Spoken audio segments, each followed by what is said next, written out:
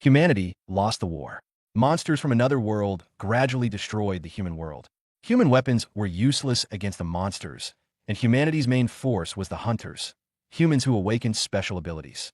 The war lasted a year, and after many sacrifices, the monsters stopped at the Shishan border. Many lost lovers, friends, and family members. Others betrayed their comrades and allied with the monsters in exchange for safety and benefits. The Shishan border became the dividing line between human and monster territory. In the lands to the south, humans were enslaved, their territory occupied by the monsters. There was a brief moment of peace, but someone was far from content with it. In the city of Shishan, at the governor's mansion, a wedding banquet was taking place to celebrate the union that sealed the alliance between the governor and the largest financial group in Shishan, the UNE. It was the first marriage between humanity and monsters, symbolizing peace. As some guests conversed, a poorly dressed boy walked alone. He approached a few maids and asked for a piece of blackberry pie because it was his sister's birthday. Disgusted, the maids told him to leave, saying this was no place for beggars. But they froze in terror when a massive shadow loomed over them. A one-eyed monster clutched its stomach with its enormous hands and asked if they were saying the blackberry pie was gone. Frightened, the maid struggled to speak, but the monster simply grabbed the child and lifted him toward its gaping mouth, ready to feast. The maid finally stammered that there was still some blackberry pie left, but the monster had already fed. At that moment, a stone struck the monster's head. It was the boy's sister, demanding her brother be returned. As the monster moved toward her, the surrounding people backed away. The monster approached the girl and said her brother had been delicious, and she should be too. The child could only cry, completely powerless. Elsewhere in the mansion, a man thanked the governor for securing the ceasefire agreement, as it had saved many innocent lives. In return, the Jinshur group offered financial aid to repair the city's war damage. Seated on a massive throne, a monster sat with his human wife on his lap. The monster thanks him for his contribution and assures him that he will remember it. Around them, some men discuss Yuan Jia, who married the governor, her uncertain future, and express gratitude that no one died at the wedding. At that moment, Jia tells them to proceed with the plan and orders the hunters to block all exits, allowing no one to leave. She reveals that the leader of the rebel army is among them, but urges them not to panic. The guests become outraged, realizing they are being used as bait, but the hunters tell them to trust her plan. However, in the next instant, the door is violently broken down, and the hunters are sent flying as something is thrown into the hall. A rain of blood falls over the guests, and the one-eyed monster appears once more, but now, it is only its head, held in the hands of a smiling man who asks if he has arrived at a bad time.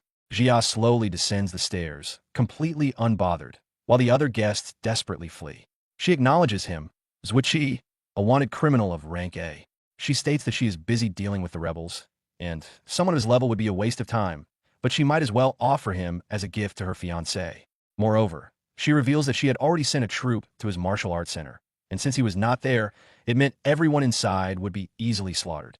Zwa is unfazed, declaring that if his disciples are still incapable of defending themselves even after his training, then they truly deserve to die.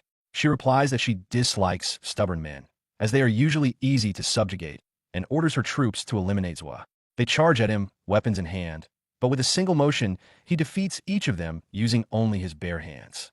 Behind him lie numerous fallen hunters, including one of rank S and 3 of rank A. He approaches Jia and mocks her soldiers for being too weak. Panicking, she assumes she is about to die, but he walks past her and tells her to leave, as he does not kill women. Humiliated, she accepts his mercy but smirks, thinking him a fool for sparing women and silently vowing to make him regret it. But he punches her, sending her flying, then states that since she was married to a monster, she shouldn't count as a human woman. At that moment, the governor himself steps forward. The monster remarks that he senses no magical power from Zwa, meaning he isn't a hunter, yet he is still incredibly strong. Clenching his fist, Zwa tells him to pay close attention because this is martial arts, then throws a punch at the governor.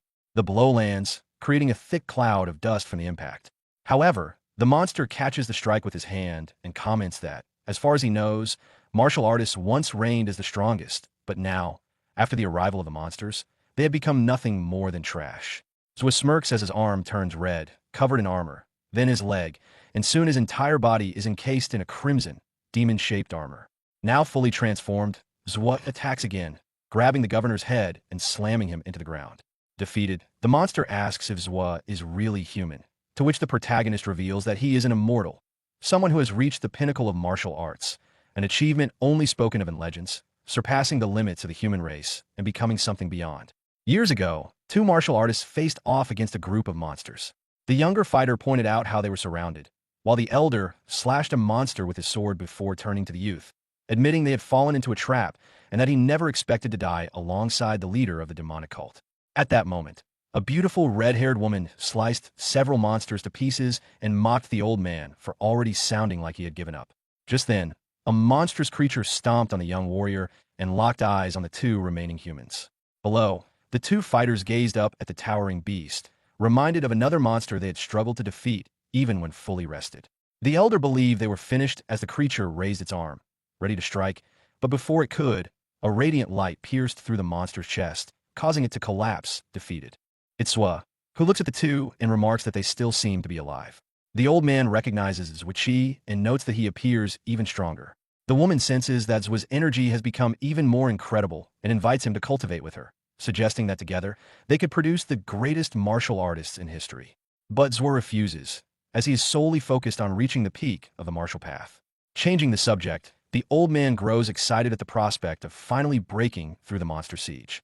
However, Zwa dislikes the idea, stating that instead of running, he plans to kill the one who betrayed them.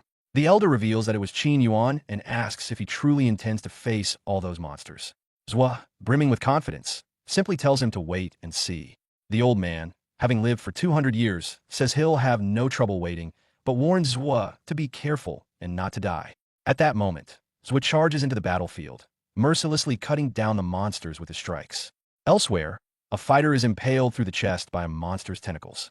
Below, a mysterious shadow covered by two masks stands beside a man with long white hair. The dying fighter asks why they betrayed them, and the shadow mockingly replies that with all the greatest martial artists now dead thanks to Qin Yuan, he wonders how it must feel. But Qin remains silent, which disappoints the shadow, who finds him boring and unresponsive. Suddenly, Zwa appears, smashing the monster's head and landing with a powerful punch, exciting the shadow, who hopes this might finally warm things up.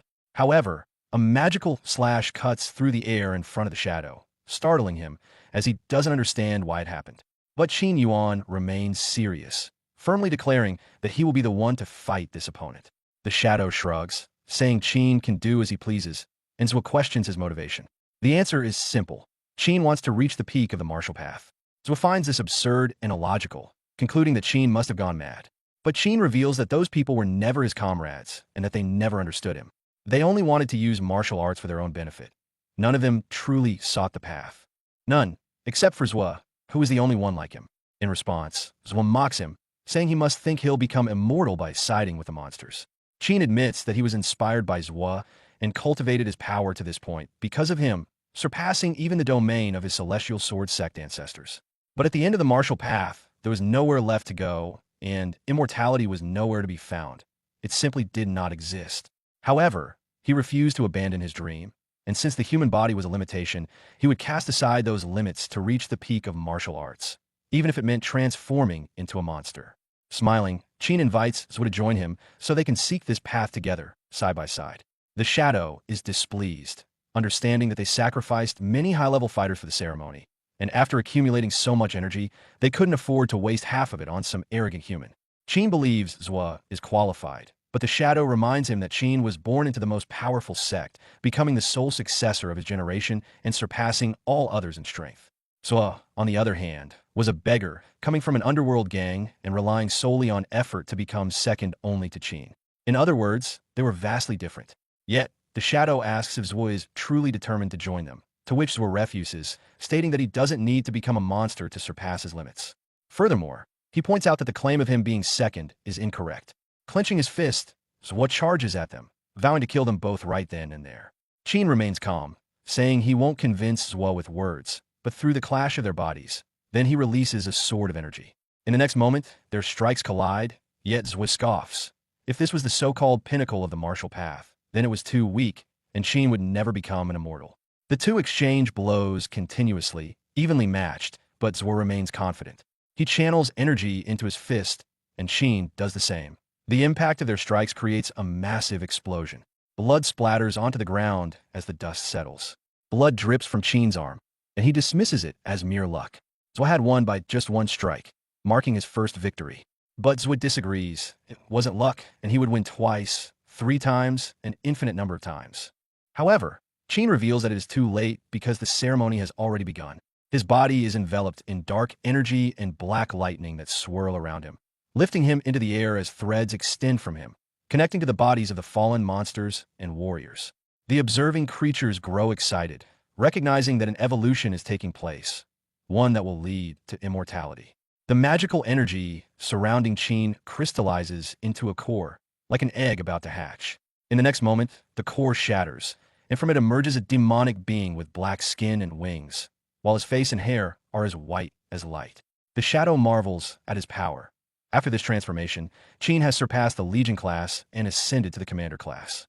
Now, Qin offers Zwo a second chance, inviting him once more to walk the same path together. But Zwo remains calm. He smiles and jokes that Qin has only become uglier and that his new power doesn't seem impressive at all. Yet in the very next second, Qin suddenly appears before him, pressing a hand against his chest just before unleashing a blast of magical energy that pierces straight through Zwo's body, making him cough up blood, gravely wounded with a hole in his chest. A portal then opens, and the shadow calls for Qin to leave, saying it is time to go. As they depart, Zwo's vision blurs with exhaustion, rage swelling inside him over his helplessness. He swears that he will have his revenge on Qin. The portal before him closes the last thing he sees, at least until his eyes open again. Now, he finds himself surrounded by numerous defeated men. He quickly realizes the situation he is in, the unfamiliar clothes he is wearing, and the fact that his bones are broken. But the strangest thing of all is that this weak body does not feel like his own. Then someone calls out to him. It's a bespectacled boy who steps into the room, immediately startled at the sight of the foreign minister's body, which appears lifeless. Clutching his head, he concludes that the peace treaty must now be suspended, meaning they needed to leave at once. Then he notices Zwo and, approaching him, helps him to his feet, praising him as a hero. Just then, a man enters, intrigued by the word hero, since to him, they were nothing more than kids. However, as his foot lands on the minister's fingers, he quickly grasps the situation, laughing at how things had escalated to the point of murdering a diplomat. Shaking his head in disappointment, he laments that young people always find themselves entangled in trouble, now even in assassination. The bespectacled boy grows furious, pointing out that the man belongs to the special department and must know that the real motive behind all of this was to prevent the signing of the peace treaty. The man believes the peace treaty between humans and monsters was well-deserved, but now, thanks to these children, it has become impossible. The boy shouts that he is a traitor, handing over human territories to the monsters. But the man argues that at least this way, they would all remain alive, whereas it seemed that these students only wanted more bloodshed, forcing the war to continue. Suddenly, his hand shoots out, grabbing the boy by the neck and lifting him effortlessly, declaring that they have crossed the line of what is acceptable and must now die. However, he abruptly releases the boy and chuckles, saying he was only joking. After all, they were precious students of Shishan University. Later, in a prison, the captured students furiously accuse the authorities of being traitors for surrendering their territory to the monsters. Above them, a man grows irritated by the noise, annoyed that his prison is being filled with students. Behind him, the same man from before reports that 196 students have been arrested, but advises him not to be upset since the governor has promised support for his prison in exchange. Plus, the students could serve as test subjects. But the man refuses, saying that all these kids were from elite families, and he wouldn't put himself in such trouble.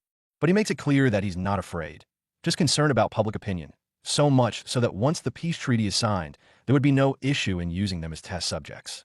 Then, the blonde man says there is something he should be worried about. The young man who killed the minister and, according to reports, has been training in martial arts since childhood.